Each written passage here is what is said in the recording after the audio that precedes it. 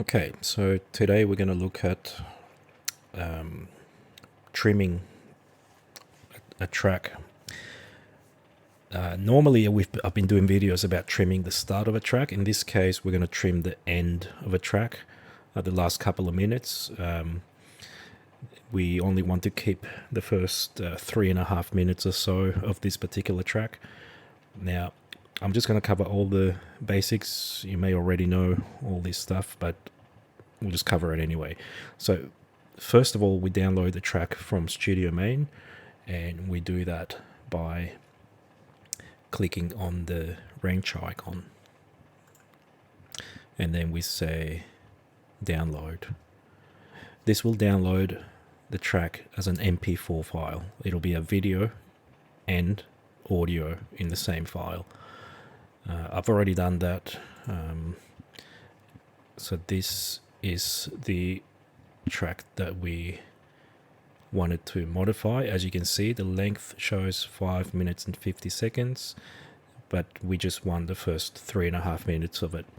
So to do that, in this case, I'm going to start by using Handbrake, and I'm going to use Handbrake first.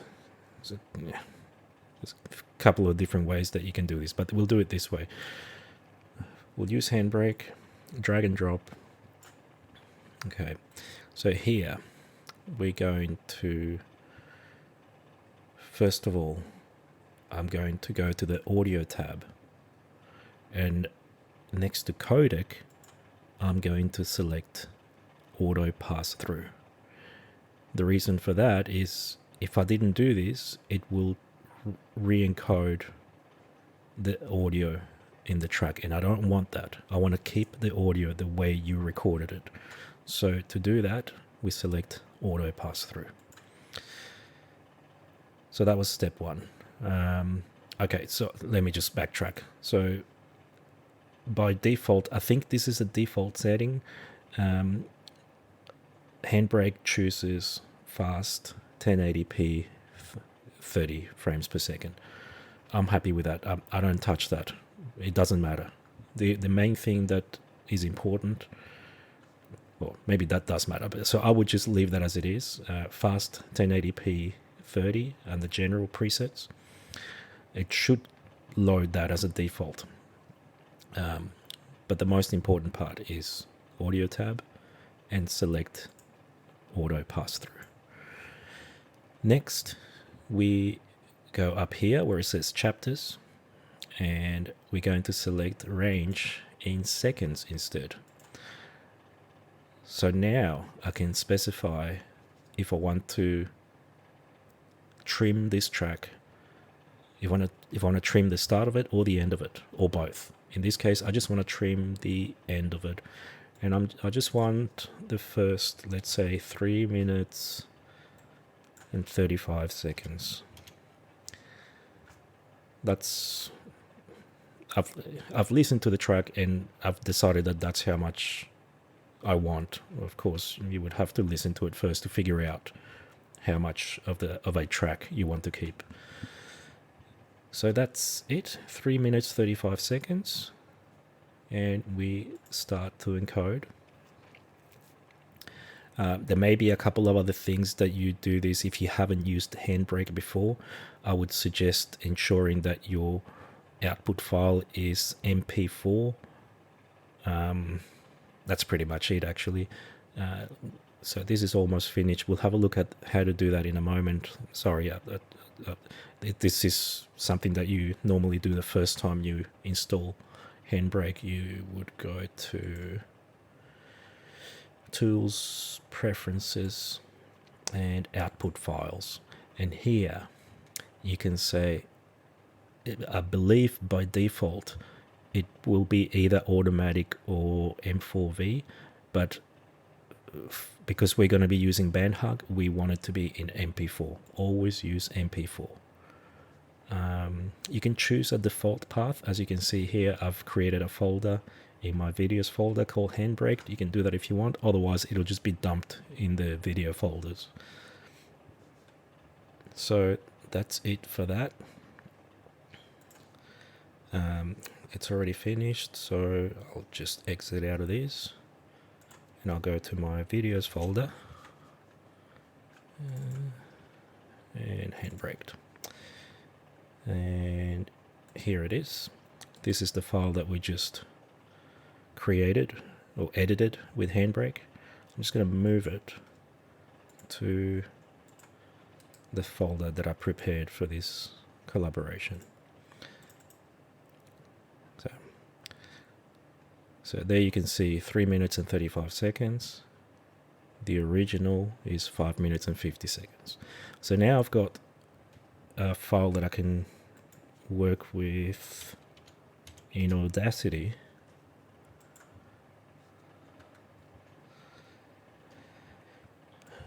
So in Audacity, again, just drag and drop. And this will just work on the audio part of the file. It doesn't do anything with the video, only audio. And what I wanted to do here is make sure that I cut off any parts that I don't want. So I just clicked here towards the end. I can zoom in a little bit more.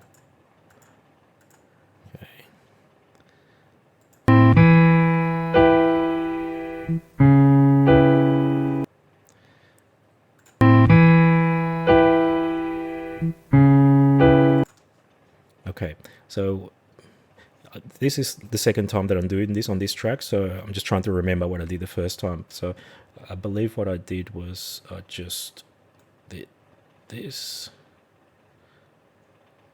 So I want the track to play all the way up to around here. And then, actually, let me zoom in a little bit more.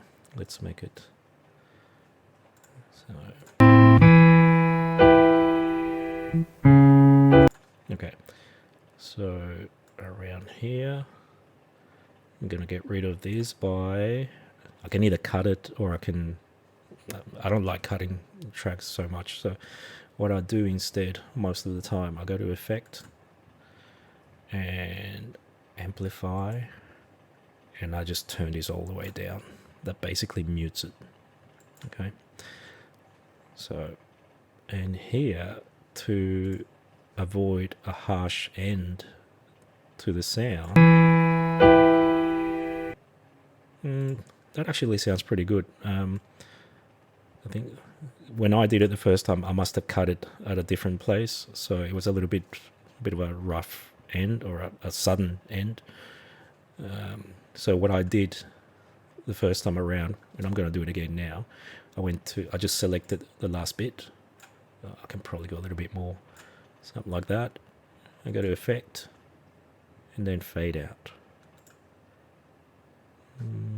Yeah. So now we have a listen. Okay, it's just a little detail, that's all. So now I've got the audio track, the right length, and with the ending that I want. I need to export this track as an MP3. Okay, so I go to File, Export as MP3, and I'm gonna put it, where did I put it? Yeah, closer to you, keys. Okay, I'm just gonna call it audio. Typing with one hand. Save. Okay. Okay, so that is the audio track, which are now, so this one here, which I now need to merge with this video track, right? Let's have a look. Yeah. So for that, I use Avidemux. And I'll just show you. You can download it from this URL, avidemux.org.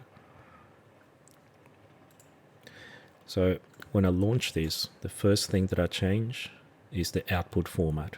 We always work with MP4 video files in Bandhug. So set that to MP4 muxer, and then we drag and drop our video file, and we then click on audio and select track. We have track 1 enabled, that's right.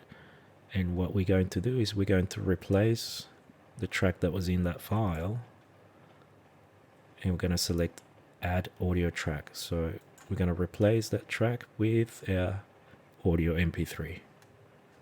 Double click. Okay. And then we're going to hit save.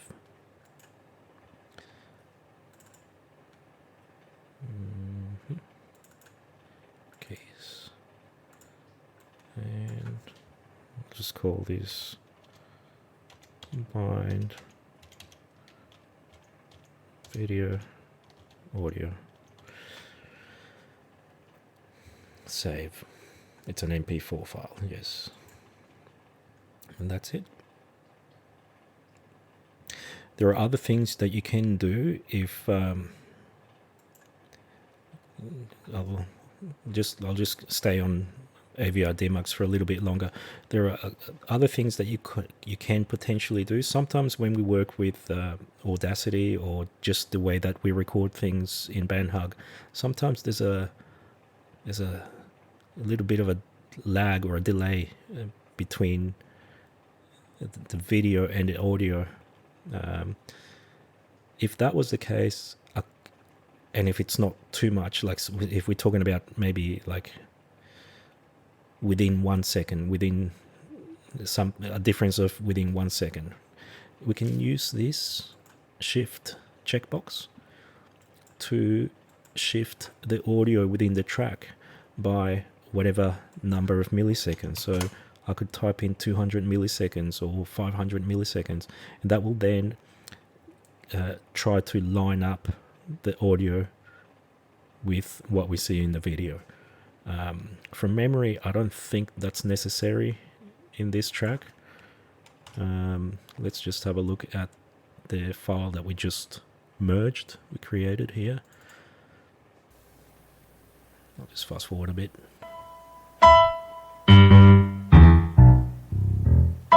Yeah. So that's pretty good. That's I wouldn't touch the synchronization between audio and video in this case. I have had other tracks where there is a noticeable sync issue between audio and video, and that's something that you can experiment with by using this shift audio. You can, if you just type in the number like that, that means obviously a positive value. If you need to go the other way, you would just type it in as a negative value. Okay, but we're not doing that with this track. The last thing that we do, or that I would normally do, is I would normally move the original track from studio main to draft, and when that's done, I would then go ahead and upload my updated or edited track. If it was you doing it, you would just use this option, use a track, and upload from your computer. If you are the organizer and you're doing it, if you're doing this for somebody else's track, you would choose BT file, no label, and upload from your computer. And if that was the case, you would then later go into studio main, in the wrench icon. Let's just have a look.